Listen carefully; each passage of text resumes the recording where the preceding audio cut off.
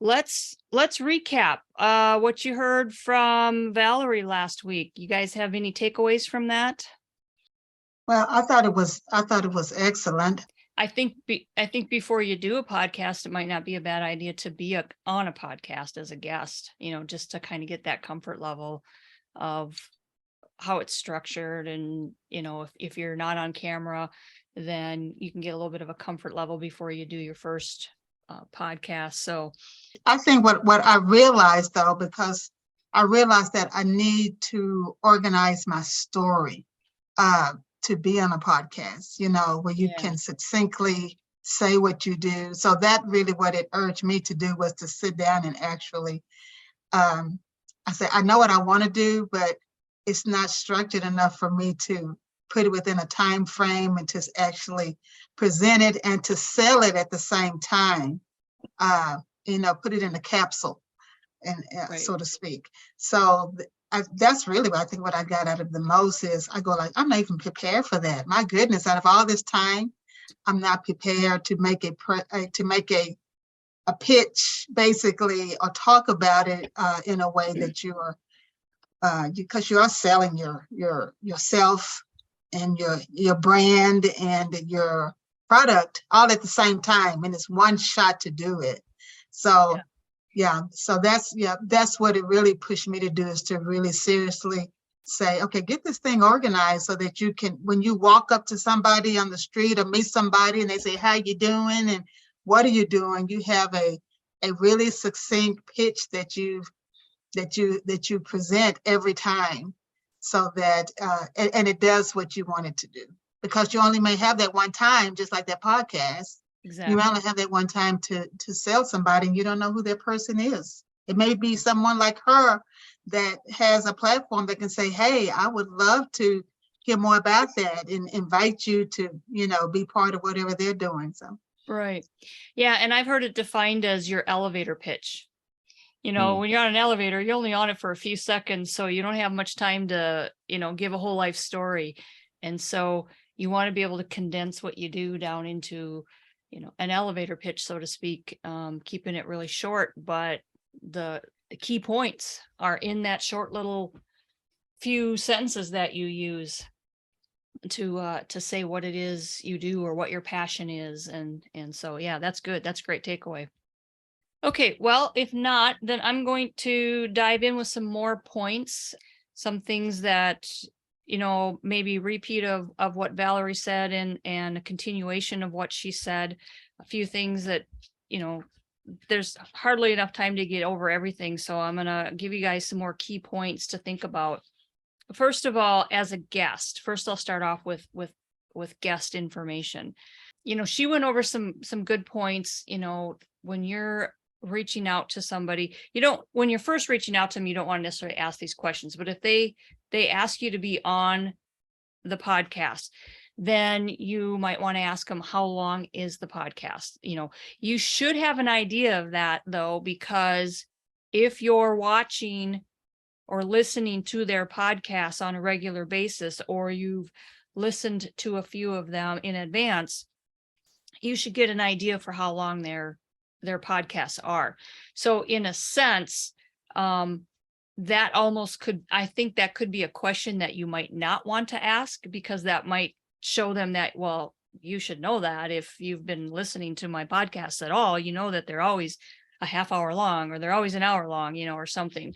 So I think that's one question you kind of want to be careful about, is how long it is, because you should be listening to podcasts in advance of ever reaching out to them, because you want to be knowledgeable of their platform for a couple reasons. One, you want to make sure it's a platform that you actually want to be on, and you'll quickly learn that by the content that they do, or even the personality of the host. And, is this somebody that you want to, interact with? But you also want to be knowledgeable of their platform, so that when you do reach out to them, you're able to say, and I'll go over some of this a little bit later, but, I've enjoyed your podcast. I've been listening to you for a while, or, name one specific episode you've listened to that really stuck out for you, whatever. So you want to be familiar with who they are. And so if you do that, then you should already have an idea of how long their podcast is going to be. And typically you would already know if there's a cost, because if you're reaching out to them, they probably have that information on their website. So some of this information should be available to you ahead of time so that you're not having to ask it before you ever even agree to be on their show. And do you need my bio? I don't think you even need to ask that question, because I think you would want to volunteer it. If whether they use it or not, it's up to them. They're the host, but you want to, I would say it's professional for you to give them a bio so that they have that information. Is it live feed or pre-recorded? That you may or may not be able to pick up on through listening to the podcast. Depends on if they reference that or not, or if it's on their website that they pre-record, in advance and So just do your homework. Be prepared before you ever reach out to somebody. You don't want to come across looking like you don't know anything about them. And you want to know if they take guests, because you don't want to reach out to a podcast that doesn't take guests. There's some podcasters that it's just them, or just their team, or, whatever. They don't take outside guests. And if they do, they might be rare, and they'd be people they invited. So don't be pitching a podcast that doesn't take guests. So you want to do your homework. Make sure you do your homework before you ever reach out to anybody. You can ask, if you'll have access to the recording, if they'll give you a copy of it, and if you can use it in promotional items, for yourself to be able to promote it.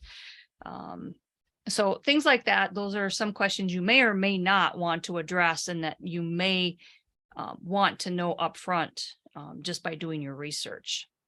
As Annette brought up, you want to have your talking points worked out. You want to be able to know what it is you want to talk about. What are your key points that you want to get across? Because sometimes what can happen is you can start talking about something, and then the host will ask you questions about that, and you'll go on about that one item, and you might not be able to get to all of your points. It also might not be a bad idea to ask the host, or just go ahead and do it. Like, here's some talking points. They might ask you, please provide talking points, or you might just want to, if this is helpful, here are some talking points. I'm going to show you a podcast one sheet, and on this one sheet are some where you can put talking points. So if you give them the one sheet, it kind of gives them everything, gives them your bio, gives them your talking points, all of that right on the one sheet. Again, that's a professional thing to do. I have some templates for you guys. They're on Canva, so they work with the free version of Canva, and you can customize them to yourself. But you want to know your story, and you want to be able to, like Annette was saying, how do you say it is if you have your one chance, your elevator pitch, you want to be able to put that on your one sheet. You don't have room to give your whole life story. It's got to be your elevator pitch. It's got to have a hook. You want to be able to draw them in like, oh, okay, tell me more, and they'll read a little bit more, So you want to have something intriguing, something that's going to pull them in and want to read a little bit more of your bio, and potentially, have you on as a guest. Why don't I go ahead and show you the one sheets, and we can start going over that. Okay, so you should be seeing this one sheet. And this is just an example. It was created in Canva, like I said, and you can customize these one sheets however you want. Your name, you can change the font, you can change the colors, and I would recommend that you use your branding colors. So if you have a brand colors, like mine are the dark blue and yellow. So I would probably change the pink to yellow. I might take these dots off in the upper corner and put my logo in there. But how this is structured is you've got biographies. See how short that is? There's not a lot of room for a biography. You could make this picture a little smaller so you have a little more room. Interview topics, titles. So if there's specific topics you want to cover, and those are just like the topics. Specific questions. You can give them specific questions that, they can ask, that are going to draw out the message that you really want to draw out. And they can use these or not. It'll be up to them as the host. But this will give them something to build off of, because you got to think about it. If they're doing a podcast and they interview somebody every week or every day, depending on how they've structured their podcast, they don't have time to read your book. They don't have time to read everybody's book. They don't have time to do all kinds of research on you. So you're making their job easier by giving them key information that they can use to interview you. Because a lot of times, you saw how, I interviewed Valerie. I just asked her some questions and then I just let her talk. And then I asked her another question, and it kind of just, it leads into the next thing. But then, then the guest just gets to elaborate on that. And so the host doesn't have to do a lot of talking. The host just has to know what to ask you, how to lead the conversation. So if you're thinking of being a podcast host yourself, you can do the flip side of this now and realize that, okay, you don't necessarily have to do all the talking as a podcaster, but you have to know how to lead the conversation. And so if you're going to be a podcaster, you'll want to ask people for their one sheet. And if they have any particular topics or questions that they want to cover, it's going to make your job a whole lot easier.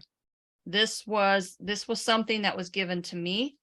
And so it's something that, if I'm going to share the file with you, I just got to figure out how to do that, but just share the file with you and then you guys just save it. You save as, or you, I think you just save as, you make a copy of it or something like that, so that you're not in the original, and then it's on your Canva platform, and then you can go in and edit it how you want. But this is one of them. So, and you see, it's for the most part, it's simple, but it's actually got quite a bit of information on it. So, okay, so now you should be seeing the black one. So only put on your contact stuff that you actually use. Like I have a Skype account and I have a Twitter account, but I never use them. So I don't want to put them on here and have people contact me through those methods, and then I never see it. Only put what you want and what you use on your contact information. This one here, if you've gotten any awards, any recognitions, or if you've been on, the Today Show or whatever, put the logo on here, or put something on here that lets them know that, so that it's okay to brag about yourself. It's okay to say you've won this award or that award, and you're a bestseller or what have you. So, that information is okay to be on there. So this one's another, just a little bit of a different layout, pictures in a different corner. You've got, this angled centerpiece there. If you didn't like that, you can delete it, take it out, change it up, whatever. These are, like I said, they're totally customizable. But the key point is here, you want your name, your short bio, and then you put interview questions, interview topics, any awards or appearances that you've made that, are relevant, or that are prominent, and your contact information. Definitely want your contact information on your one sheet. So what you want to do in this bio is, like I said, is you want to grab their attention. You don't want to start off with my name, and I wouldn't probably just start off, that I'm a coach and a publisher, da da da da da. Probably start off with like a hook, like a little story, like haven't been taken out of my comfort zone, or whatever, or as a survivor of whatever, da da da. But yeah, so you kind of want to start off with a story, or some sort of a hook. Some examples of a hook might be like a story, a stat, a quote, some facts.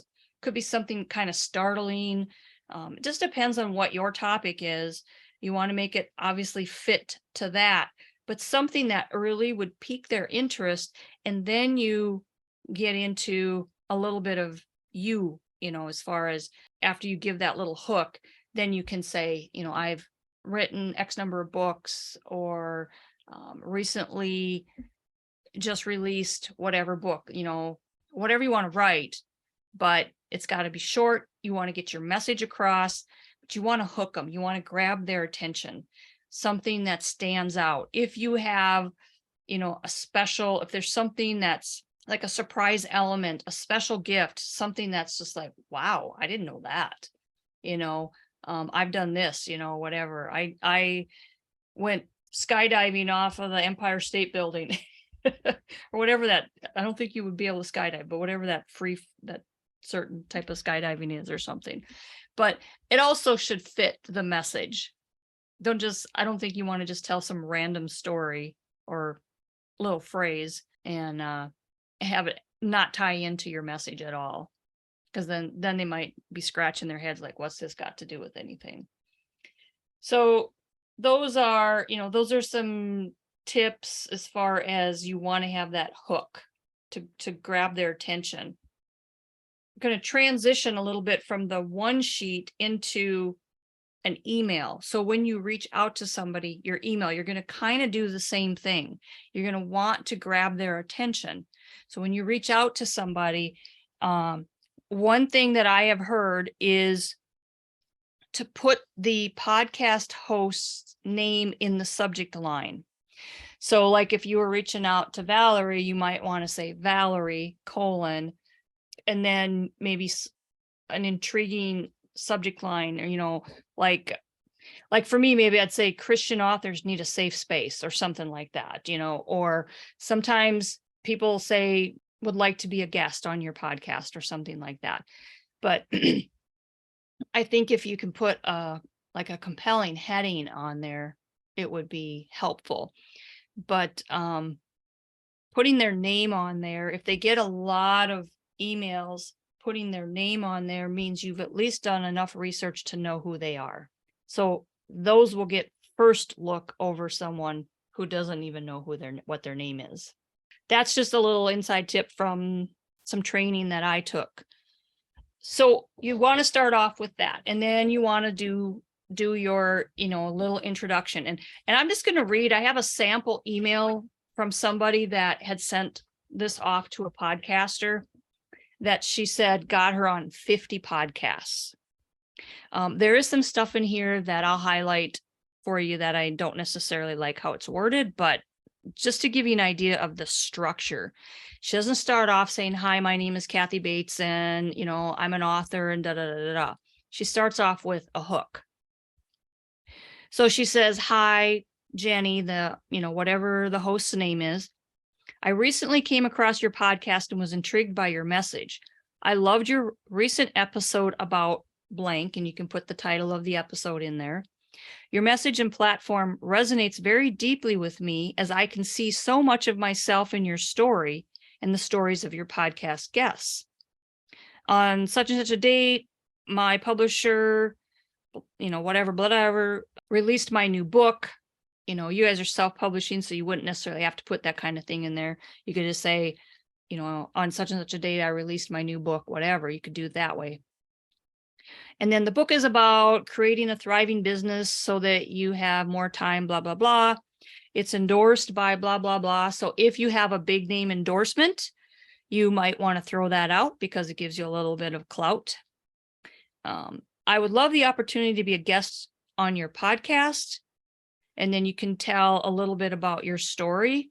If you've been a guest on any other podcasts, you could say I've been a guest on several podcasts, some of which are, and if they're unknown podcasts, like somebody who's just starting off, whatever, you might not want to mention their name. But if you happen to get on one that's somewhat well-known or a very well-known podcast, then you might want to throw that name out there. Even if let's say you've been on 10 podcasts, then you can say I've been on several podcasts, one of which is, and then throw the, do the name, throw the name out there, how they say that, throw names around.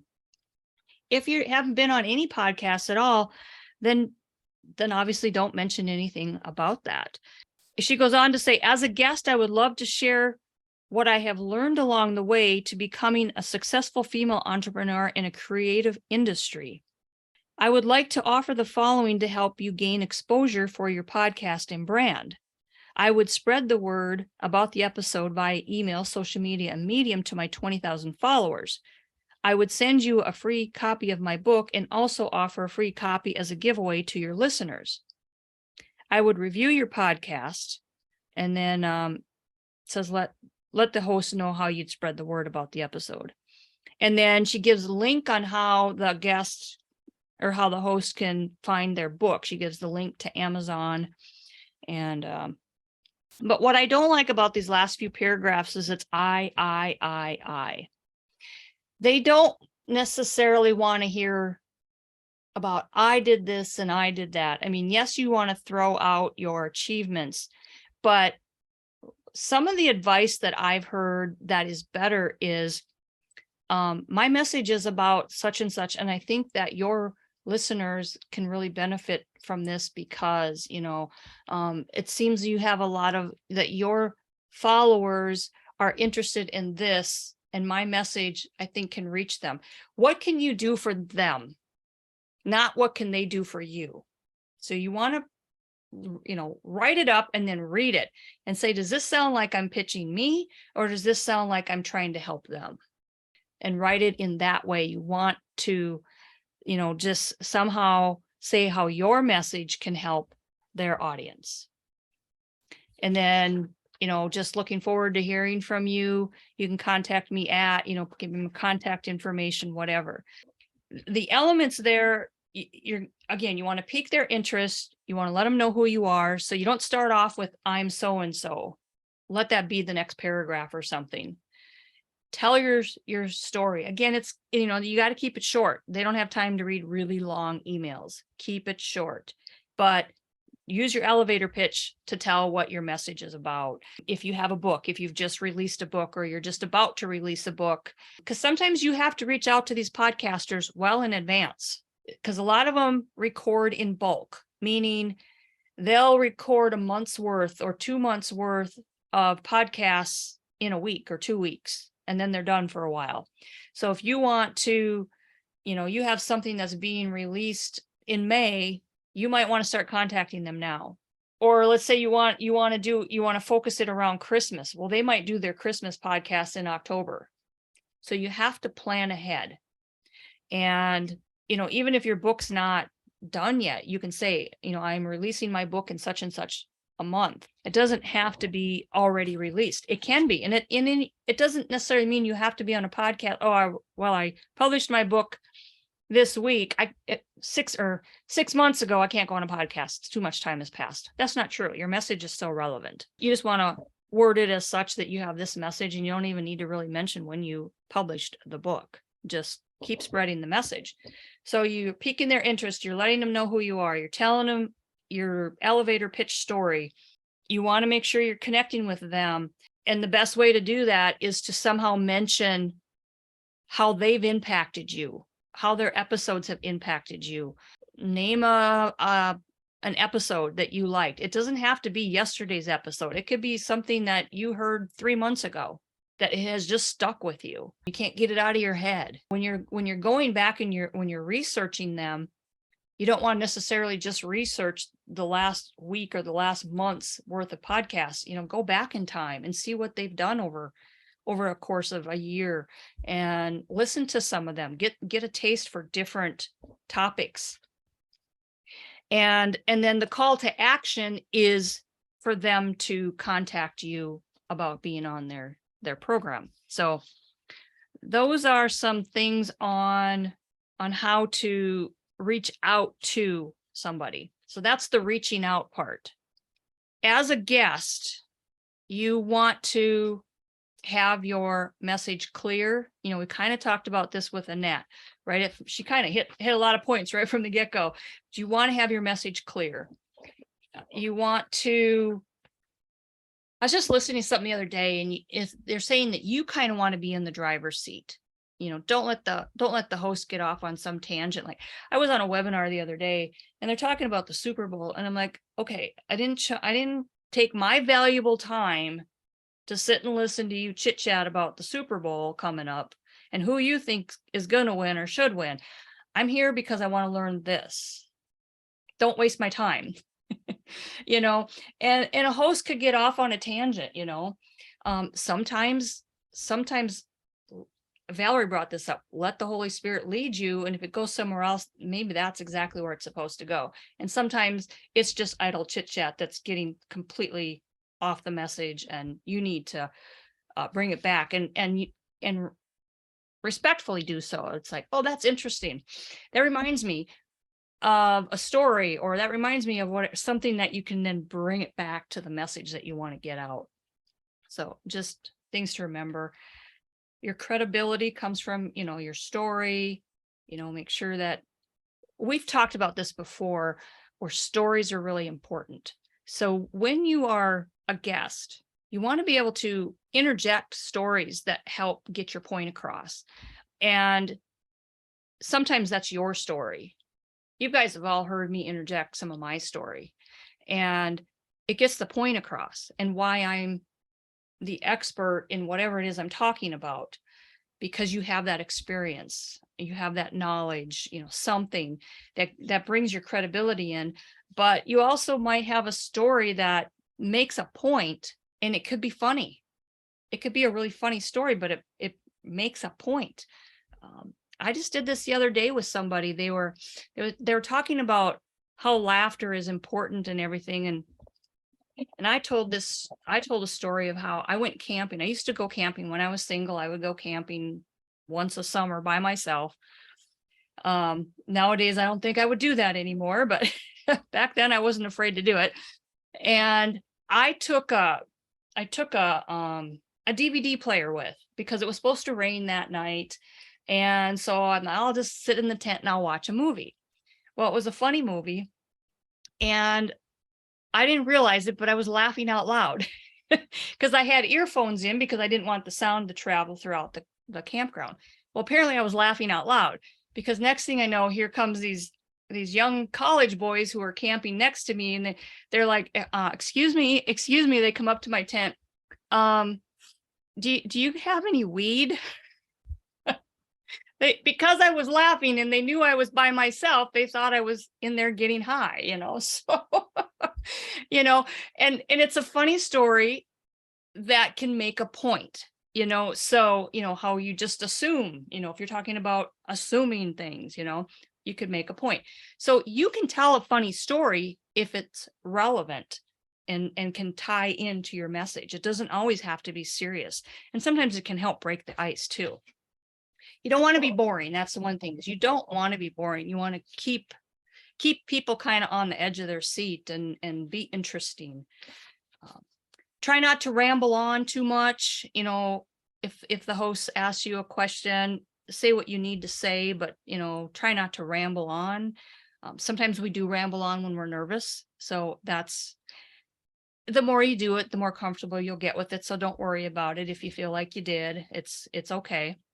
And yeah, and don't worry about it being perfect. You know, again, nothing's ever perfect. And the thing of it is, even if you feel like you kind of flubbed on the guest, you know, like, oh, I should have said this, or I didn't, oh, I talked too much, or whatever. Don't worry about it, because when you're pitching this podcast and this podcast and this podcast, they're not watching all those podcasts. You know, they don't know how you did on the last podcast. So don't worry about it. The only people that know about it are the people that were actually listening to it. So it doesn't matter. There's how many other podcasts out there. They're like a dime a dozen. So just go on to the next one and don't worry about it. So quickly, I want to get this in there. If you are thinking of doing your own podcast, as Valerie said, and as Roz said, you can now do them as videos. You can do them on Zoom. You don't necessarily have to have special recording equipment. You want a decent microphone, like, you know, like this, whatever, because the microphone that's built into your computer is a little kind of pingy, hollowy sounding. So you can get a microphone on Amazon for cheap, like literally, I don't know, $40 or something. So it doesn't have to cost a lot of money for equipment. A pop filter, I don't have my pop filter on. I don't use it for this type of thing, but if I'm recording a video, then I'll put the pop filter on, because the pop filter helps from the noises, when you talk that you don't necessarily hear when you're listening to somebody, but you pick up on them in a recording. And it's something that you will need if you're going to record your own audiobook. So the equipment is, dual purpose there. So you'll want that. Valerie mentioned an HDA Logitech camera that you can get, I suppose, on Amazon. It just clips onto your computer. It's got a better resolution than most just built-in cameras on a computer. Using a virtual background, you don't have to use a virtual background. You can use, like what I have, as long as it's a nice looking kind of a clean setting, you're fine. You don't have to have a virtual background, but you can. And, she mentioned going to Fiverr. There's people who will build them on Fiverr. I looked in Canva. Canva has some virtual backgrounds. They're limited though. Even in the pro version, there's not a lot of what I would call great choices. They're nice pictures that they have out there, but probably nothing that I would choose to use for or not many. There's very few that I would probably choose to use for my background. But you can go out there and look at what they have, and then you can't alter the picture itself, but you can put your logo in there. Like she had her logo up on the wall. It looked like it was on the wall. So you can build virtual backgrounds in Canva. It works even in the free version. You have limited choices for the backgrounds, but they do have some, so you can look in there as well. And she also mentioned about writing your vision down. So before you ever do a podcast, you want to know what you're going to be doing on the podcast. What is your message? How do you want to structure it? How many times do you want to do it? Do you want to do a once a week podcast? Is it a once a month podcast? Is it a, everyday podcast? When do you want to do your podcasts? A lot of people just do it once a week. It's going to be up to you. The more often you do it, the more content you have to have, the more guests you have to have. You don't always have to have a guest. You can be your own guest. I mean, if you have a message to tell that particular day, you can be the guest. So you don't always have to have a guest. However, what you want to do is you want to plan it out. You want to figure out what content you want in advance. I don't know how far in advance. I'm not a podcaster, so I can't necessarily tell you that, but I know, do some research. You maybe want at least 3 months of content before you ever start, because you don't want to do a podcast today and you're like, oh man, I have no idea what to do next week. And how am I going to find a guest? Because you also need to give your guests time. If you want to line people up, they're booked, so you need to have time for that. So you want to plan this out before you ever dive in and do it. So figure out what content you want. Who do you want as guests? Who would be good guests? As far as you reaching out to people, eventually as people know you, they're going to reach out to you. Like Valerie has reached out to me, and I know some of you, and she's still growing, and she's grown a lot over the last, I think, year or two, but she's still growing and getting her name out there. And so it's great when you can find new podcasters. If you're searching for a podcast, it's great to find new podcasters because they need you. The really big podcasters don't necessarily need you as much. They usually have big names on, but the smaller guy, they need you as much as you need them. If you're starting off, don't worry about that. Find some guests. They don't have to be well-known guests. Just do it. And as people start to hear about you, learn about you, stumble across you, if they like your content, they're gonna subscribe. They're gonna tell other people about it, and then you can just start to grow that way. At first, you might be talking to absolutely nobody. You might have 0 listeners for the first 3 months, but don't give up, because it takes time for people to find you. And you have to market it.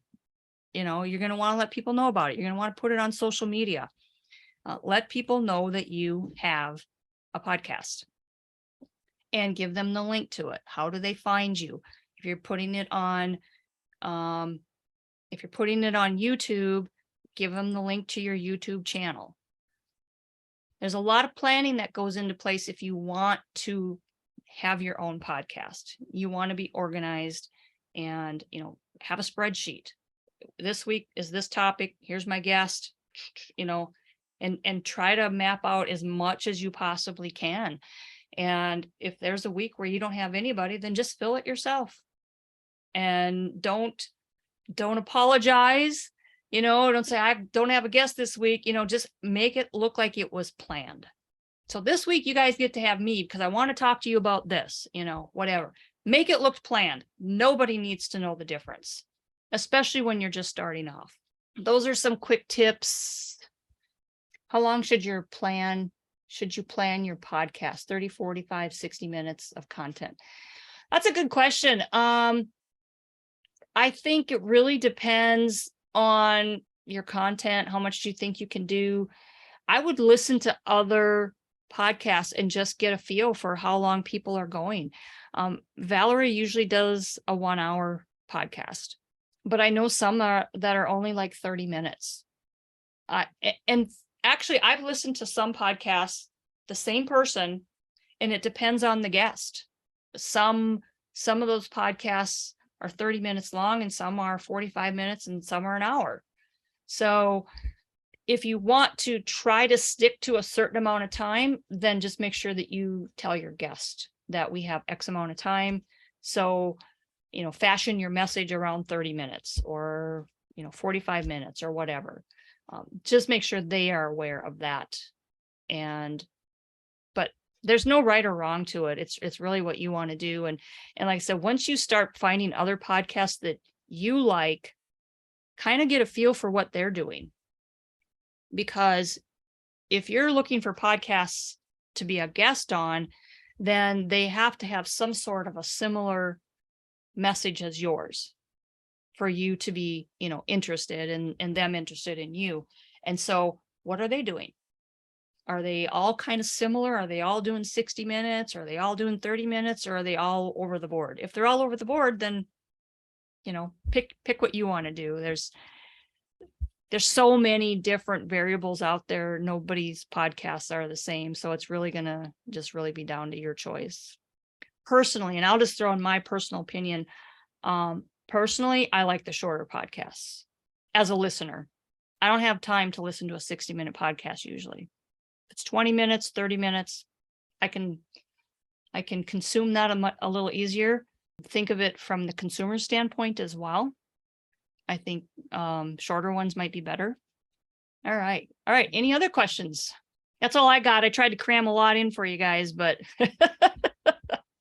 really, there's a lot of homework to do in finding the podcasts. So, and that was just another thing. You can there's a couple different things you can do. You can look online. You can Google podcasts about, or, if you're looking for a specific podcast that somebody did, like you could do podcasts, like maybe that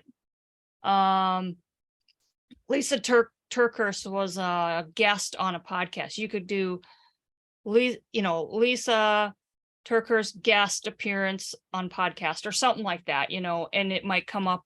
A lot of times it'll come up with those and you can find them. Or you can Google podcasts about whatever your subject is. There's also, you can download from the Google Store, one, it's called Podcast App. It's the little blue microphone. So Podcast App, and you click on that, and then there's a search button on mine. It might be different on an iPhone, but then there's there's the magnifying glass. You just click search, and then you can search, put a term in, maybe you want, podcasts on trauma or something like that, just type it in. You'll find all kinds of different podcasts. Or you can go to iTunes, you can go to Spotify, you can go to those specific platforms and search for podcasts. So it's the searching that takes a long time. It's the listening. And if you're going to pitch to 50 different podcasts, you got a lot of listening to do. Don't pitch to 50 all at once. I wouldn't recommend that. Just do a few at a time, and once you've done your pitch and you're waiting to hear back, then go out and you can look for some more and start listening to their podcast, whatever. But the key is to do your research, be knowledgeable about the podcast in advance. And as a podcast host, know what you want to do before you start and have a plan of action in place so that you're not left struggling one week. Every week you're just like, I don't know what to do this week, and you don't want to live like that. You don't want to live week to week like people live paycheck to paycheck. You don't want to live like that as a podcast host. You want to have a plan of action in place. Connie, has this been helpful? Because I know you've been thinking about a podcast. Oh, this has been wonderful. Thank you, Kathy. This is just amazing. I took four pages of notes, so this has been so good. Yes, this gives me a lot to start planning for and start getting ready for what God spoke to me to do. And yeah, I think I'm just really going to take it one step at a time, but getting ready and knowing that you can do this on a level that's going to be ongoing and good. That is just awesome. Thank you so much. Yeah. This has really been good. And it doesn't have to really cost you anything, except for a microphone, because you can do Zoom for free. The only time you need Zoom is if you have more than 2 people on the call. So if you are going to interview 2 guests at once and they're calling in from different locations, then you would probably need to pay for Zoom. But Zoom's only $15. So it's really not that expensive. But otherwise, you can use the free version. And like I said, microphone is really inexpensive. There's not a lot of equipment you need. You just need to be able to talk. Do you need to have a special like closet or something to do the podcast from? And do you need more lighting? Like today, my lighting is pitiful and I don't know why. So what, just those are just logistics. Those are just those are great questions though. For lighting, I recommend a ring light. Might need 2. I don't put my ring light in front of me because it reflects off my glasses. I put it off to the side. Okay. So I've seen, I've been on a lot of webinars and stuff where I can see the ring light. They got these 2 round circles in their glasses. So I put mine off to the side so it doesn't reflect in my glasses, and it, gives plenty of light. Maybe you want one on 2 sides, but your darkest, like if you have a window, you might have light coming in from one side, but the other side is your wall. So it's kind of dark. That's where you'd probably set the ring light then. Okay. So you can, angle it this way a little bit, whatever, just so it's not in your eyes, but enough to where it's highlighting your face. You don't have to be super bright. Like you look great today. This side, whatever side is, you're a little dark on one side. That's the side where the window's not, so that's where I would put the ring light. Okay. What was the other thing you asked? Well, just really setting everything up and getting ready. Oh yeah. As far as quiet. The quiet. The quiet. So it doesn't necessarily have to be super quiet, depending on the type of microphone you have. And, I've told you guys the type of microphone to get for recording your audiobook. You'd want the same thing, I would think, for this, which means you need to talk more into it. I have mine off to the side a little bit and it seems to record just fine. But there are and you would know this, I think, microphones that pick up all around, those are going to pick up more noise. Like I'm on a very busy street, and I know I've mentioned to you guys sometimes the first, I think it's Tuesday of every month, the sirens go off and they're just a block away from me, and it's like blaring in my ears, and you guys have said you can't hear it. That tells me you don't have to have a super quiet location as long as your microphone isn't one that's going to pick up everything around you. Okay. Good. Yeah. Thank you. Yeah. Okay. Good questions.